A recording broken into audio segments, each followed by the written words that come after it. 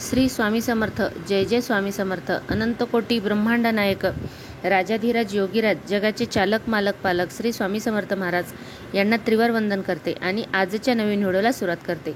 आपले स्वामी या चॅनलमध्ये तुमच्या सर्वांचे सहर्ष स्वागत आहे. आज मी तुम्हाला गुढीपाडवा हा सण का साजरा केला जातो, गुढीपाडव्याच्या दिवशी नेमकी कोणती घटना घडली होती, त्यामागच्या पौराणिक कथा काय आहेत ते मी तुम्हाला आजच्या व्हिडिओमध्ये सांगणार आहे. पहिली कथा पहा. प्रभू रामचंद्र, लक्ष्मण, सीता यांनी 14 वर्षे वनवासात काढली होती. यावेळी भरत अयोध्येमध्ये राज्य चालवित होता. तो श्रीरामचंद्राच्या येण्याचीच वाट पाहत होता. 14 वर्षे पूर्ण झाली. उद्या सकाळी ठरल्याप्रमाणे जर प्रभू रामचंद्र आले नाहीत तर आपण स्वतःला जाळून घ्यायचे असे त्याने ठरवले होते.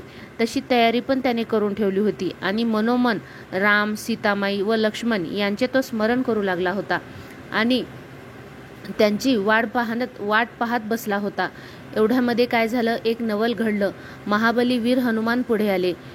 भरतास वंदन करून त्याने श्रीराम येत असल्याची सूचना सांगितली. भरताला खूप आनंद झाला. त्याने शत्रुघ्नाला सांगितले, संपूर्ण अयोध्या नगरी सजवा, श्रीरामाच्या स्वागताची तयारी करा. सर्वत्र आनंदी आनंद झाला.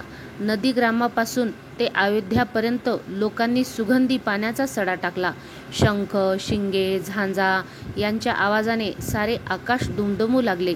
श्रीरामाचे पुष्पक विमान खाली उतरले. श्रीरामाच्या दर्शनाच्या साठी सर्वांच्या डोळ्यात प्राण साठले होते. श्रीरामाच्या जयनादाने संपूर्ण अयोध्या नगरी दणदणाणून गेली होती. भरत श्रीरामाच्या पादुका डोक्यावर घेऊन पुढे आला. भावाभावाची भेट झाली. ते दृश्य पाहून अयोध्यावासियांच्या डोळ्यात आनंदाश्रूच पुरतच नव्हते. हा सण म्हणजेच गुढीपाडव्याचा सण. या दिवशीपासून गुढीपाडवा सण साजरा करण्यास सुरुवात झाली आणि तेव्हापासून लोकांनी घरोघरी मोठ्या आनंदाने तोरणे बांधली, गुढ्या उभ्या केल्या व आपला आनंद व्यक्त केला. तोच हा दिवस म्हणजेच गुढीपाडवा. तेव्हापासून ही परंपरा सुरू झाली. त्यानंतर एक दुसरी कथासुद्धा आहे. एक चेदी नावाचा एक देश होता. तेथे वसू नावाचा राजा राज्य करीत होता. राजा मोठा गुणी आणि धार्मिक होता. त्याच्या राज्यात प्रजा सुखी समाधानी होती. पण पुढे त्याच्या मनात विरक्तीचे विचार आले. त्याने राजवाडा सोडला, राज्य सोडले, अरण्यात गेला व तपश्चर्या करू लागला. राजाची तपश्चर्या पाहून परमेश्वर प्रसन्न झाले. त्यांनी राजाला वैजंती माळा, विमान आणि वेळूची एका काठी दिली व सांगितले, राजा, परत आपल्या राज्यात जा, सुखाने राज्य कर, प्रजेला सुखी ठेव. ही पूजाच मला आवडेल. कर्तव्य मन लावून प्रामाणिकपणे करणे हीच परमेश्वराची पूजा होय. तेव्हा तुझे कर्तव्य कर. परमेश्वराच्या कृपेने राजा खूप आनंदी झाला. त्याची आज्ञा मानून तो राज्यात आला. राजाला प्रसन्न होऊन परमेश्वराने त्याला प्रसाद दिला. त्या दिवसाची आठवण ठेवण्याकरिता राजाने त्या वेळूच्या काठीला खूप श्रंगार केला त्या काठीचा आणि त्या काठीची पूजा केली. ती या गुढीपाडव्याच्या दिवशीच केली. तेव्हापासून गुढीपाडवा हा सण प्रचारात आला असंही मानलं जातं.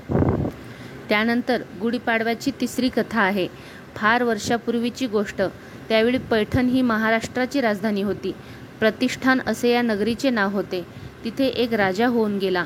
शालिवाहन असे त्या राजाचे नाव होते. राजा अतिशय पराक्रमी, न्यायी आणि शूर होता. याच काळात राजा शक आणि त्याचे सैन्य वेळोवेळी राज्यात स्वारी करत होते. जनतेची लूट, अत्याचार हे सर्व प्रकार अनेकदा झाले होते. शक राजावर शालिवाहनाने स्वारी केली व त्याचा पराभव केला. त्यामुळे लोकांचे हाल कमी झाले. लोकांना आनंद झाला. शालिवाहनाच्या पराक्रमाचा हाच विजय दिन म्हणजेच चैत्र पाडवा दिवस. या दिवसापासूनच शालिवाहन शक वर्षाची सुरुवात झाली. दक्षिण भारतात हाच वर्षारंभ मानला जातो.